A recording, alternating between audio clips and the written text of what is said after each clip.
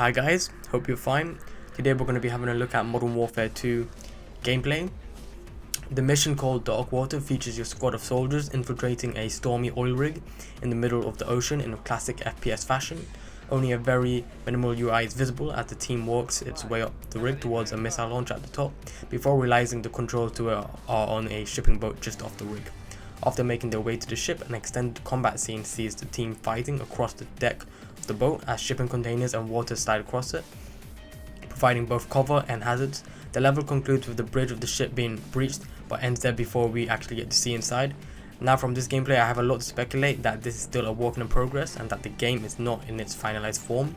A lot of the guns and animations seem very similar to Modern Warfare 2019, so similar to the point that Modern Warfare 2 seems less like a standalone game and more of a DLC pack for Modern Warfare 2019.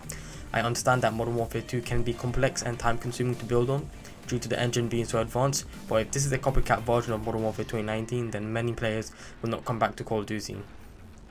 When it comes to graphics, the gameplay has been rendered in 4K resolution, so it does look crystal clear. I do like the rain effect it has on objects and characters moving.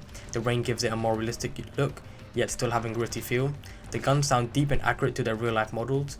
Infinity Ward have stated that nearly all the tech or gear featured in the game is based on real life military tech and gear. This again adds to more realism, but if there's too much realism, players may not get to enjoy themselves. On the other hand, we have received information on Modern Warfare 2 campaign and multiplayer. In a recent Call of Duty article, it stated that Task Force 141 faces its greatest threat yet, a newly aligned menace with deep yet unknown connections. Familiar heroes return and new allies are formed in a global trotting operation, including missions in Europe, Asia and the Americas. So I'm guessing this is a new worldwide threat that the team will face. They have to travel to different countries to track them down. My guess is that the end, he gets away, the villain gets away, and we finally get him in Modern Warfare 3, or is a continuous arc and that transfers to maybe other Call of Duty games. This new villain or entity association could also have a connection with DMZ or Warzone 2.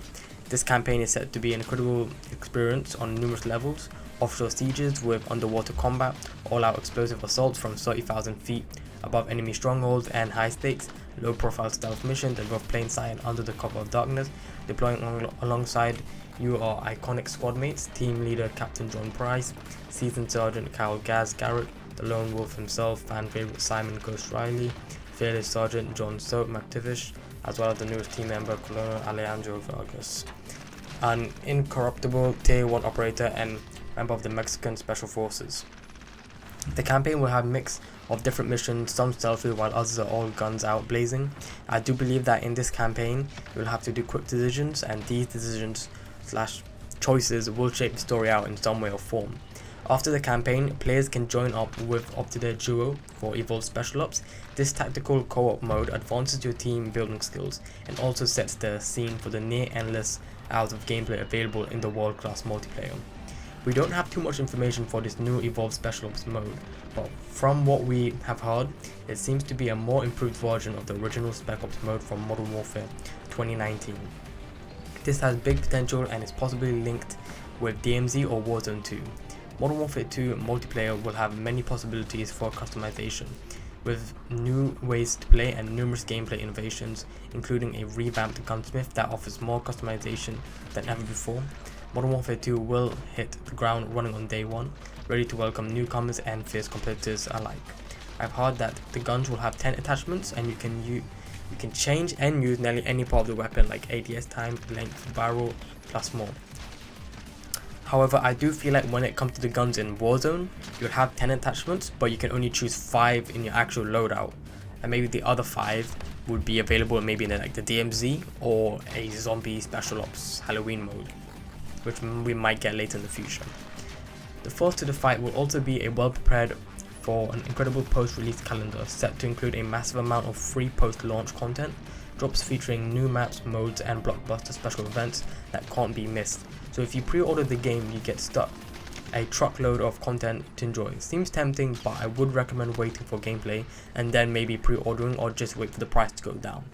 Yeah, so definitely don't pre-order it, wait for the gameplay, maybe wait for like a Black Friday deal or Christmas deal, then try to get the game. Don't pre-order because you never know how the game is, especially if you haven't seen that much gameplay in all 3 modes, multiplayer, campaign plus DMZ. So definitely just give some patience. Starting with Modern Warfare 2, the new title features the new next generation engine that first debuted with Modern Warfare 2019. Modern Warfare 2 will be the most advanced Call of Duty in history, with a truly immersive experience with stunningly realistic sound, lighting, and graphics. Modern Warfare 2 features a physically based material system, allowing for the state-of-the-art photogrammetry, a new hybrid tile-based streaming system, a new PBR decal rendering system, world volumetric lighting, 4K HDR, as well as a new GPU geometry pipeline. All of this is in the service of a massive cinematic campaign.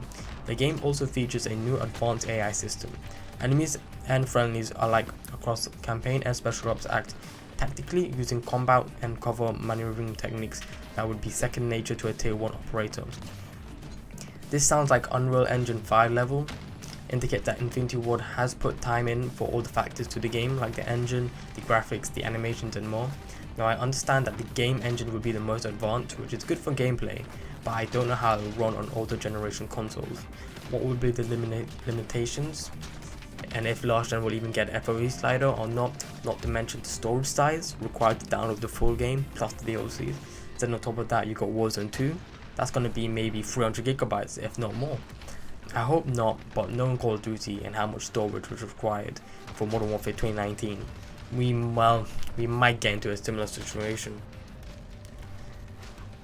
Honestly, when it comes to Modern Warfare 2, we need to get more information on it. The gameplay, the different modes it has, what can we download, can we choose to download different stuff, maybe if I only want the multiplayer downloaded. Also, how much storage is going to be required for both Warzone 2 and Modern Warfare 2, plus the DLCs. Like, there's many things that need to come into account. I've also heard rumors that Warzone 2 will be releasing this year with Modern Warfare 2. Not at the same time, but this year it's coming. So I'm guessing Modern Warfare 2 will come in October, and then we'll get Warzone 2 around December. Now, this sounds really good. However, I feel like it might be too early, and I feel like they're trying to rush Warzone 2, which could become a problem. If they rush it, the quality will be low and the lots of bugs could still be there, and we don't want Steam glitches 3.0. We don't want invisibility glitch, god mode glitches, wall breaches. No, we want Warzone 2 to be very similar to Warzone 1, but with a better optimization and less of the issues. The map, we want like a better Verdansk. We don't want Caldera. Caldera on paper might sound good as an island, but in real life, in real time gameplay, it's a flop. The trees, the bushes, the high ground, the mountains, everything is just ruins the gameplay, and it just doesn't add enjoyability to the play of the game. Players are leaving the game because of how bad the map is, because of how the 300 HP has made nearly all their favorite guns unusable, and you're forcing them to use these Vanguard weapons.